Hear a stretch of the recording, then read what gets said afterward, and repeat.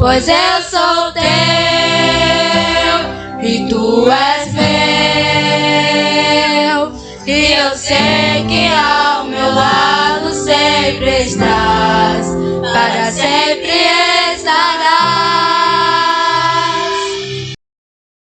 Para os adolescentes aqui na faixa do Gás, bem como eu quero estender os meus agradecimentos ao meu Deus, o Criador do céu e da terra, o Deus Todo-Poderoso, o Deus de Abraão, de Isaque e de Jacó, aquele que era e que há de vir.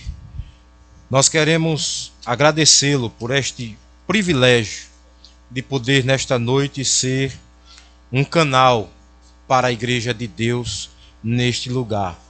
Bem como eu quero agradecer ao nosso muito digno pastor, o pastor Joabe, pela confiança de atender a solicitação do presbítero Marinaldo, junto com toda a coordenação dos adolescentes aqui na faixa do Gás. Deus abençoe rica e poderosamente a vida do nosso pastor, bem como a vida do presbítero Marinaldo, que tem sido um canal para abençoar a obra de Deus nesta congregação. Deus seja louvado pela vida de todos, inclusive de todos os congressistas, todos os adolescentes que formam a faixa do Gás. Queridos irmãos, sem mais delongas, eu quero convidá-los a abrirem as vossas Bíblias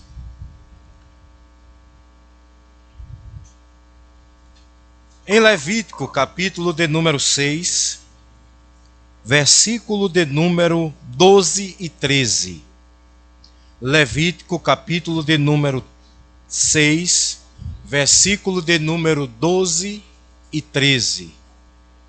E nós vamos ler mais uma vez, todos nós juntos. Eu acredito que depois deste momento, esse texto ficará guardado no coração de todos que aqui estão presentes, porque nós estamos lendo ele pela segunda vez esta noite. Versículos 12 e 13, vou contar até 3. Todos os adolescentes, irmãos, irmãs, obreiros, crianças, idosos. Vamos lá? 3, 2, 1.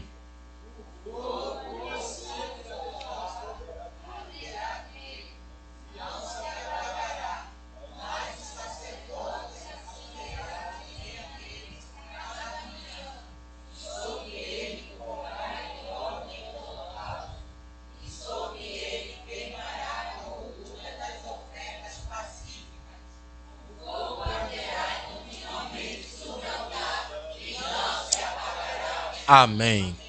Queridos irmãos, queridos adolescentes, eu entendo que o calor está um pouco grande, mas também existe uma questão psicológica que nós podemos controlar. Se a gente parar de se abanar, o que é que vai acontecer? Automaticamente os irmãos que estão dentro do templo pararão de se abanar. Mas se um se abanar, o outro vai ver e vai se abanar, e o efeito é dominó. Isso aí acontece, e aí a gente já prestem atenção, foquem-se no céu e vamos ver o que Deus tem a falar dentro deste tempo hábil. Vocês escolheram um tema muito importante, muito sugestivo para os dias de vocês. Adolescentes, jovens, o fogo arderá continuamente sobre o altar, não se apagará. Bonito isso, né? É forte. Mas é importante dizer que existe todo um processual para que um fogo se mantenha aceso na vida de alguém. Esta palavra está sendo dirigida diretamente por Deus a Moisés. No versículo de número 1 está dito: falou mais o Senhor a Moisés. E a palavra que Deus fala com Moisés é para que Moisés dê uma ordem a Arão. Quem é Arão? Arão é o sumo sacerdote. Arão era aquele que tinha a responsabilidade de entrar no Santo dos Santos. Arão era aquele que foi comissionado por Deus para receber as cargas do povo, e ele, uma vez por ano, tinha a autoridade de chegar diante dos Santos dos Santos e derramar todo o pecado do povo na presença de Deus. Foi a Arão que Deus deu a ordem, e a ordem foi expressa, dizendo: esta é a lei do holocausto. O holocausto será queimado sobre o altar toda a noite até pela manhã, e o fogo do altar arderá nele. Percebam bem a orientação que Deus dá a Arão. Deus está dizendo: Arão, o holocausto será queimado sobre o altar toda a noite e pela manhã, e o fogo do altar arderá nele. Perceba que para que o fogo se mantenha aceso, não é com isqueiro. Para que o fogo se mantenha aceso, não é um palito de fósforo. Para que o fogo se mantenha aceso, não precisa de gasolina, não precisa de álcool, nem de nenhum outro combustível. Pergunte assim: qual é o combustível, irmão Kleber? Foi fraco. Qual é o combustível, irmão Kleber? Primeira regra da hermenêutica bíblica: a Bíblia responde à própria Bíblia. Olhe para o texto. O holocausto será queimado sobre o altar toda a noite até amanhã, ou até pela manhã. Olha aqui. Toda a noite até pela manhã. Isto fala de quê? De que aqueles que querem manter o fogo aceso, eles precisam se sacrificar. Ele não está falando de uma oração daquela que a gente faz: Jesus, cheguei, e se levanta. Ele não está falando daquela oração que a gente faz: Jesus, eu quero, e se levanta.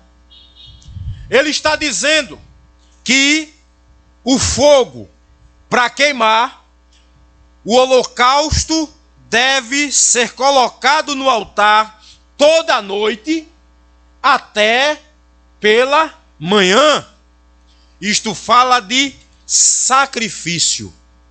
E os adolescentes é uma fase em que eles ainda estão meio que um pouco surfando na maionese, não é assim? Adolescente é aquela fase de acordar de 10 horas da manhã.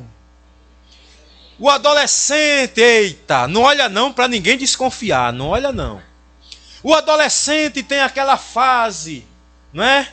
De querer ficar jogando um Free Firezinho por aí. Aqui não tem não, meu irmão. O adolescente tem aquela fase, não é? Vai jogar o lixo, ele faz: eu estou cansado.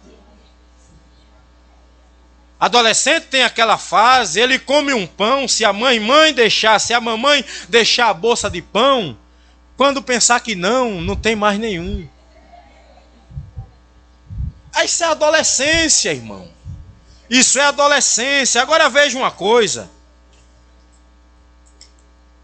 O que é que a Bíblia fala sobre os adolescentes? A Bíblia diz, pelo menos de alguns adolescentes: primeiro, José; segundo, Daniel; terceiro, vamos botar Josias, era uma criança, entrou no trono com 8 anos. Mas a Bíblia fala dele, mas desde cedo. Eles tinham sede, vontade, desejo de conhecer a Deus, de orar a Deus, de buscar a Deus, de penetrar nos mistérios de Deus. Mas a Bíblia está dizendo, deixa eu correr, toda noite até pela manhã.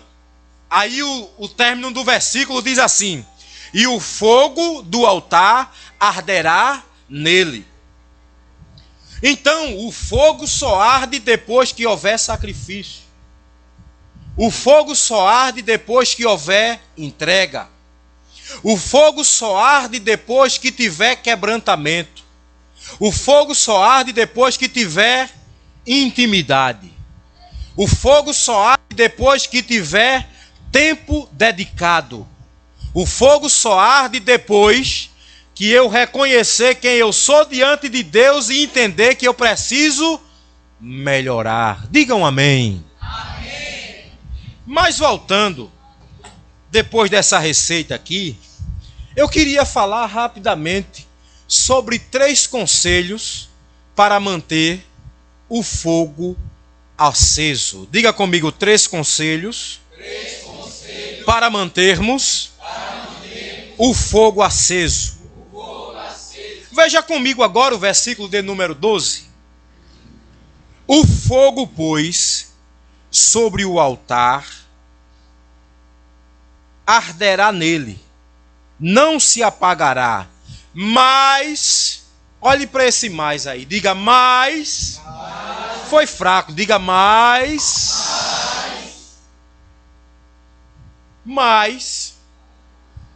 significa uma contrariedade, uma condição. Quando ele diz mais, ele está dizendo o fogo vai arder no altar e não vai se apagar mais. E esse mais significa com uma condição. Diga comigo, qual é a condição, irmão Kleber? Olhe para que o texto está dizendo. Mas o sacerdote acenderá a lenha nele cada manhã. Lembra que a gente já viu isso lá no começo? Lá no começo era da manhã até a noite. Mas aqui ele está dizendo, acenderá a cada manhã. Por que de manhã e não à noite? Porque a noite é o término do dia e amanhã é o começo de um novo dia. O que é que ele está ensinando para a gente? Ele está ensinando que para que o nosso dia seja bem sucedido, para que nós tenhamos êxito no nosso dia, para que tudo corra dentro de uma normalidade dentro do nosso dia, nós precisamos começar colocando o quê? Colocando o quê? Lenha, irmão. Pergunte para mim, irmão Kleber. O que é lenha? Lenha, na linguagem literal, é pedaço de pau encontrado em qualquer lugar. Na linguagem literal, lenha é um pedaço de graveto encontrado que a gente usa para fazer qualquer coisa. Mas na linguagem espiritual, a lenha tem pelo menos 3 significados. Quantos significados? 3. Vou de um por um. Adolescentes da faixa do gás, quantos significados? 3. Adolescentes do costume, quantos significados? 3. Adolescentes ali, quantos significados? 3. Os irmãos lá atrás, quantos significados? 3. 3 significados da lenha. Primeiro, a lenha simboliza espiritualmente a palavra de Deus. Diga, a lenha simboliza a palavra de Deus. Está escrito no Salmo 119, o verso de número 9. Como purificará o jovem o seu caminho? Observando segundo o Instagram, observando segundo o Facebook, observando conforme o TikTok, observando conforme o FIFA.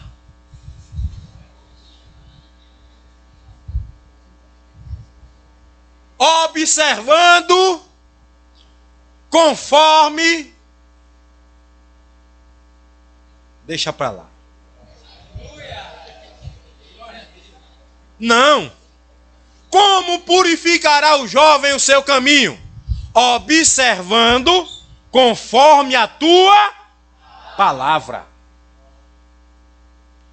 Salmo 119, o verso 11, o que é que diz? Escondi a tua palavra dentro da bolsa. Foi assim? Não.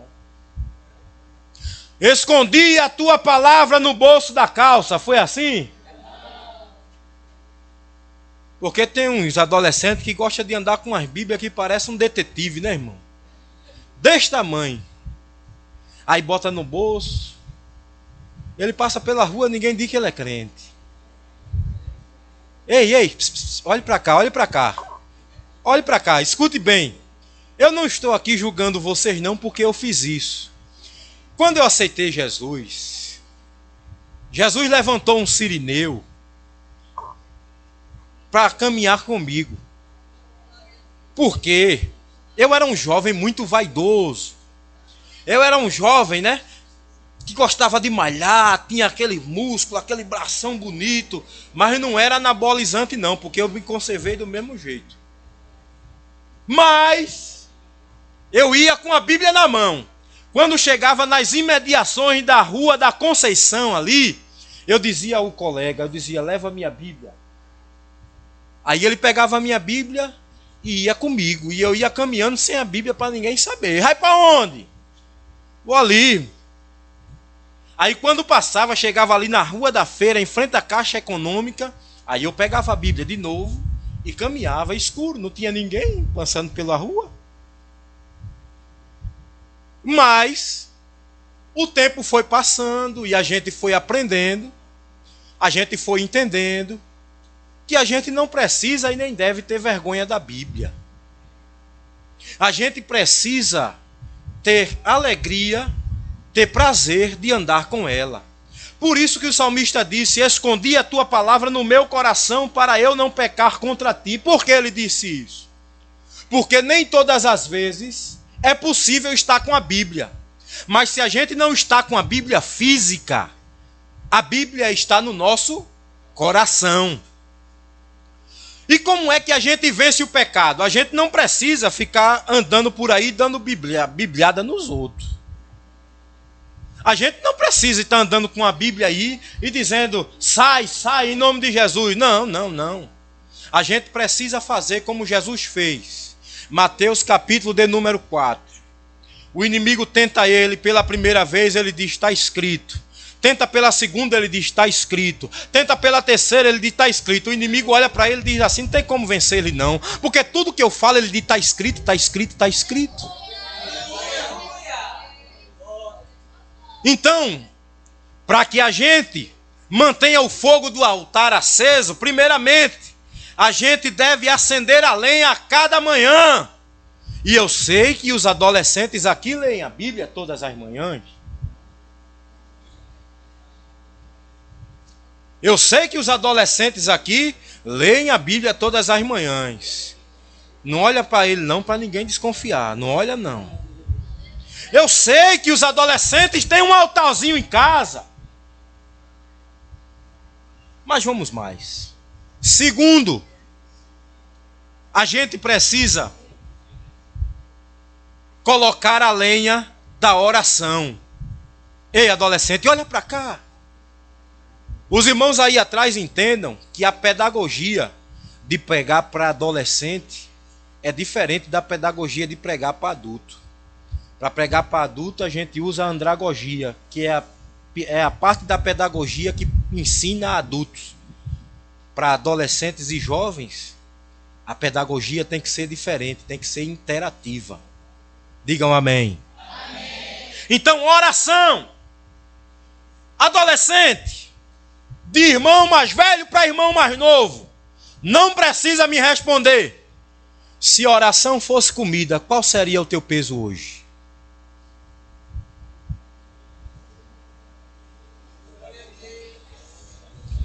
Se oração fosse comida, quanto tu estava pesando hoje? Eita Deus!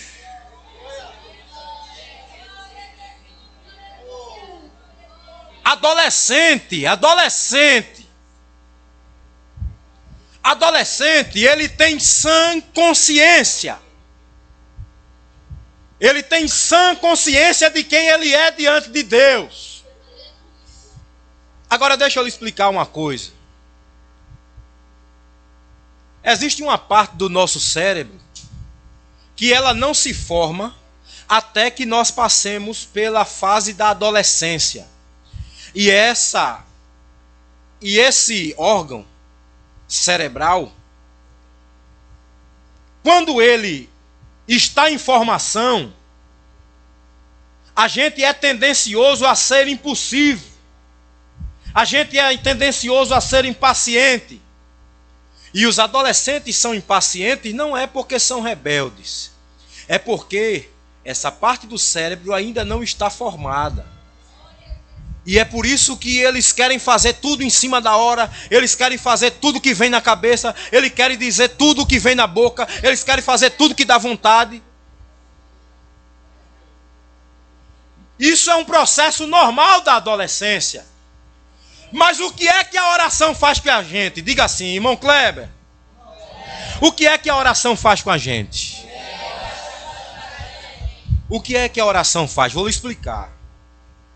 Quando o adolescente entra na presença de Deus em oração, de joelhos, vocês sabem que a oração é terapêutica, não é?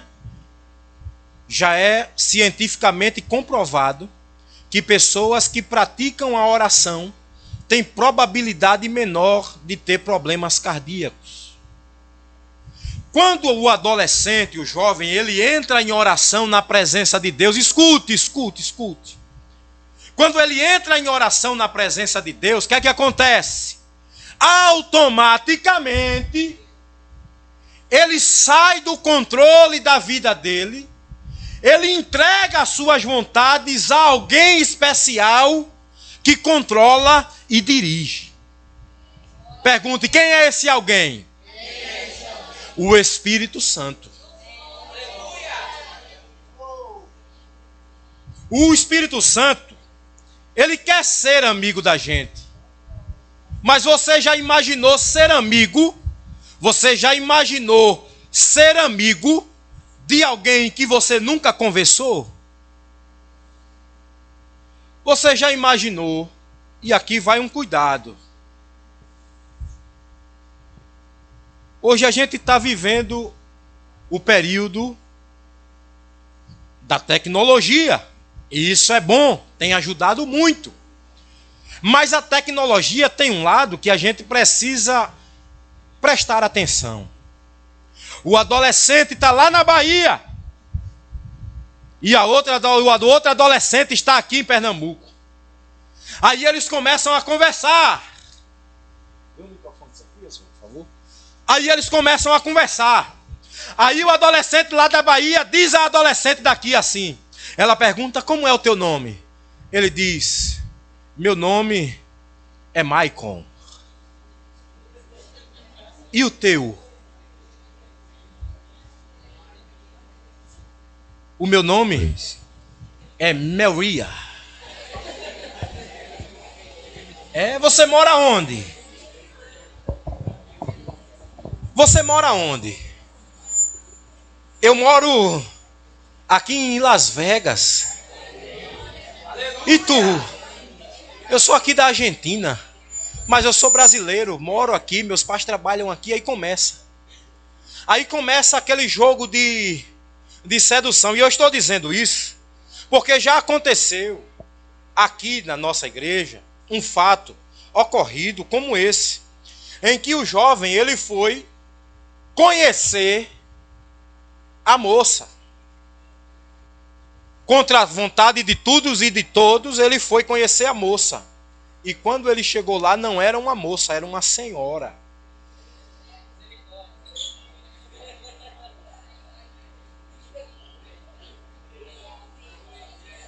Não, isso é verdade. Eu estou falando com vocês de verdade. Escute bem. Mas quando o adolescente, ele entra pelo caminho da oração, o que é que acontece? É como se ele estivesse dirigindo um carro, o adolescente dirigindo o carro. E o adolescente dirigindo um carro, ele só gosta de andar a 120 por hora.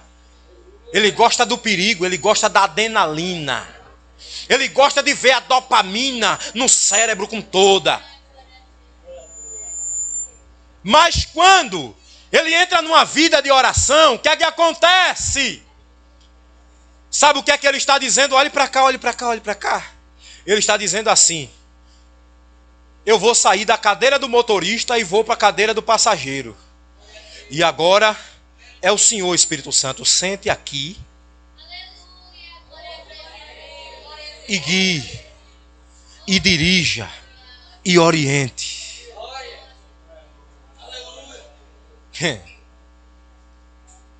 Daniel era um jovem. E a Bíblia diz que Daniel tinha uma rotina de oração que era grande. Qual era a rotina de oração de Daniel? 3 vezes ao dia. 3 vezes ao dia. E mais com as janelas abertas para a banda de Jerusalém. Orava 3 vezes ao dia.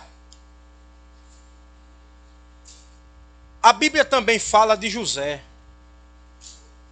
José, a Bíblia não mostra que José orava. Mas existe uma característica em José, que esse aqui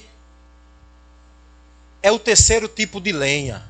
Obediência. Diga comigo, obediência. Foi fraco, diga obediência. Se a gente colocar um termômetro aqui, um termômetro,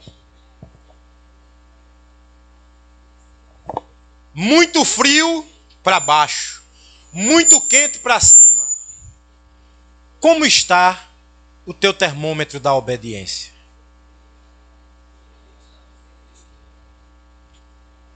Quando eu falo de obediência, a primeira obediência é a Deus. A segunda obediência é aos pais. A terceira obediência é ao seu líder espiritual.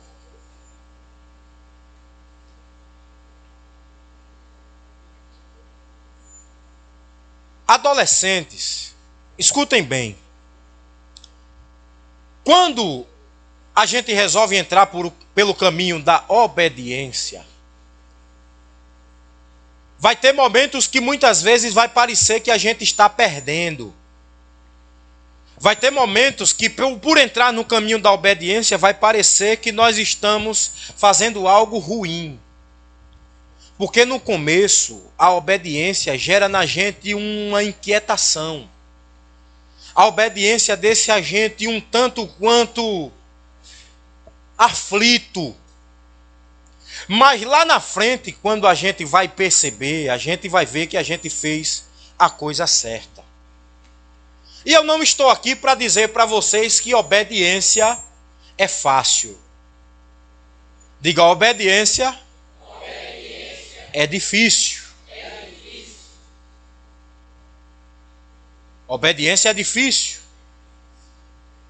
Mas o que foi que Jesus disse em Mateus 16, 24? Olha, aquele que quiser vir após mim, renuncie-se ou negue-se a si mesmo. Tome sobre si a sua cruz de cada dia e siga-me. Quem aqui está seguindo a Jesus? Quem aqui está servindo a Jesus? Obrigado. Ninguém. Se ninguém se pronunciou, é porque nós estamos servindo a Jesus voluntariamente. Diga assim, eu sirvo ao meu Senhor voluntariamente. E como servo,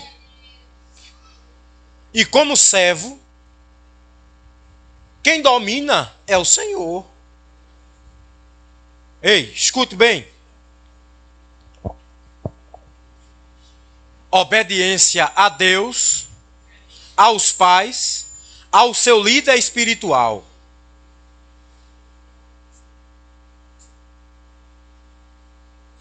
Mas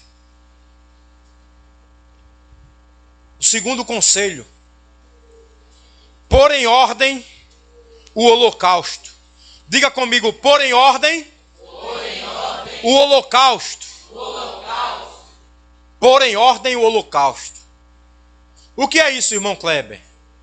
O fato de oferecer sacrifícios, o fato de estar no culto, o fato de cantar na união, o fato de fazer parte do conjunto, o fato de estar formado, não significa dizer que a gente está agradável a Deus. Eita Deus! Você entendeu isso? O fato de estar aqui formado, cantando, não significa dizer que você está agradável a Deus. Paulo, escrevendo aos Romanos, no capítulo 12, versículo de número 1 e 2, ele diz assim: rogo-vos, pois, irmãos, pela compaixão de Deus, que apresenteis os vossos corpos em sacrifício vivo, santo e agradável a Deus, que é o vosso culto racional. Olha. Que apresenteis os vossos corpos em sacrifício vivo. O que é sacrifício vivo? Um sacrifício vibrante, um sacrifício alegre, um sacrifício quebrantado, um sacrifício agradecido. Aí ele diz assim: o vosso culto racional. Razão. Adolescentes, olhem para cá, igreja do Senhor, olhem para mim, por gentileza. Razão. Eu podia, nesta noite, ser leviano e emocionar vocês aqui, porque o estudo teológico nos proporciona ferramentas para isso. A oratória proporciona ferramentas para isso. Mas eu estou aqui nesta noite como um conselheiro, como um arauto proclamador de Deus. E eu preciso lhe dizer que o sacrifício tem que ser vivo, porque mortos não adoram a Deus. Ô irmão Kleber, e o que é que faz entender que eu estou vivo? Não é o fato de seu coração estar batendo. Não é o fato de seu olho estar piscando. Não é o fato do sangue estar circulando na sua veia. Sabe o que demonstra que você está vivo? É a sensibilidade de ouvir a voz de Deus, parar e refletir e dizer: como eu estou andando diante do meu Deus.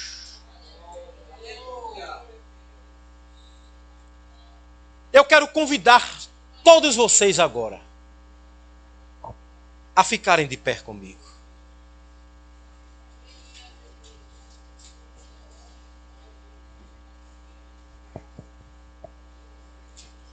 Wesley, me dá um violão, Wesley. Escutem bem.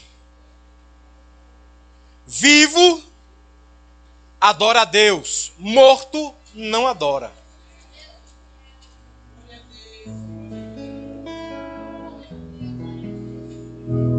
Olhe bem para cá.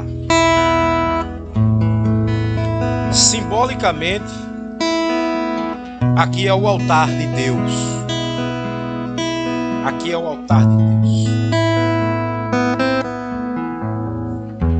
E eu diria que aqui na frente, escute bem, aqui na frente é o Santo dos Santos. Diga, aqui é o Santo dos Santos. A traseira do templo, a parte de trás, é o lugar santo. Diga, o lugar santo. A porta, a entrada do templo lá na frente é o átrio. Diga, o átrio. Escute bem. Átrio, lugar santo e lugar santíssimo.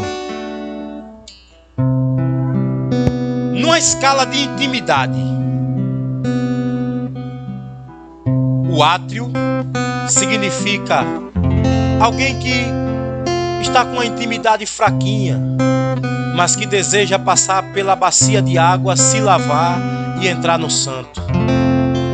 O santo é o lugar onde as expectativas, onde o desejo, a vontade de conhecer mais a Deus aflorou. E o Santo dos Santos é o lugar onde Deus fala com você e você fala com Deus. É o lugar onde o Espírito Santo sussurra no seu ouvido e lhe direciona, e lhe dirige, e lhe ensina.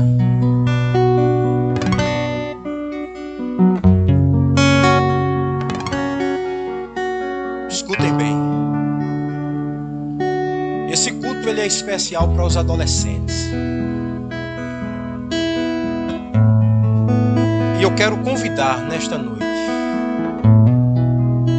os adolescentes que desejam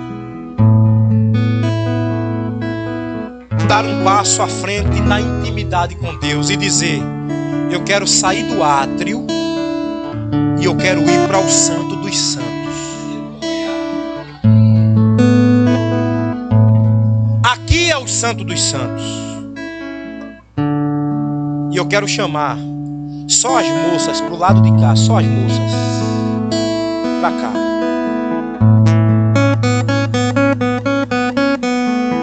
Só as moças. Do lado de cá, só os moços.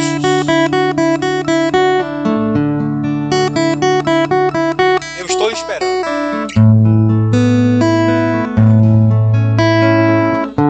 Venha, não tenha medo.